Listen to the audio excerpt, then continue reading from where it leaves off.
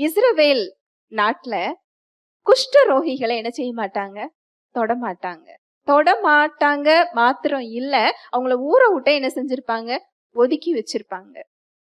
இங்க ஒரு குஷ்டரோகி ஏசு கிறிஸ்துவ குறிச்சு கேள்விப்பட்டு அவர் ஊருக்குள்ள வராரு. உமக்கு சித்தமானால் என்னை சுத்தமாக்கும். அங்க ஏசு கிறிஸ்து அந்த வசனம் சொல்லுது, அவர் மனதுருகி அவரை தொட்டு எனக்கு சித்தம் உண்டு சுத்தமாகு. ஏன் தெரியுமா தொடுறாரு? ரிஜெக்ஷன். அவரு உறவினர்களால, சொந்தங்களால, மக்களால அங்க ஒதுக்கப்பட்டிருந்தாரு. அவர் சரீரத்துல மாத்திரம் இல்ல, லூக்கால சொல்லப்பட்டிருக்கு அந்த நோய் ரொம்ப ஒரு முற்றிய ஒரு நோய். அப்படின்னா பக்கத்துல என்ன செய்ய முடியாது? போக முடியாது. சரீரம் முழுவதும் நாற்றம். அவங்க வெளியே வரும் பொழுது தீட்டு தீட்டு என்று அவங்க சொல்லிக்கிட்டே தான் என்ன செய்யணும்? வரணும்.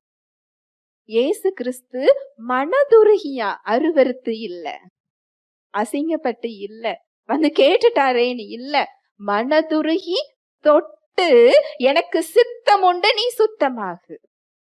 அவருடைய இரக்கத்தின் அளவு இது.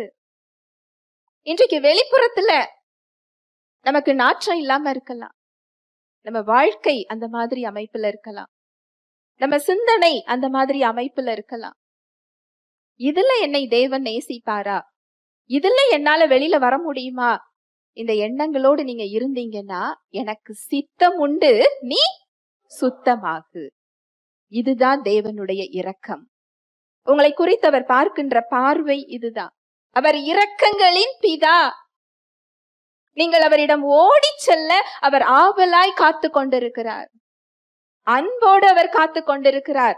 நம்முடைய நாற்றம் அவருக்கு பெருசு இல்ல, நம்முடைய அழுகி போன சரீரம் அவருக்கு பெருசு இல்ல, நம்முடைய நாற்றம் பிடித்த வாழ்க்கை அவருக்கு பெருசு இல்ல, நாம் தான் அவருக்கு பெருசு.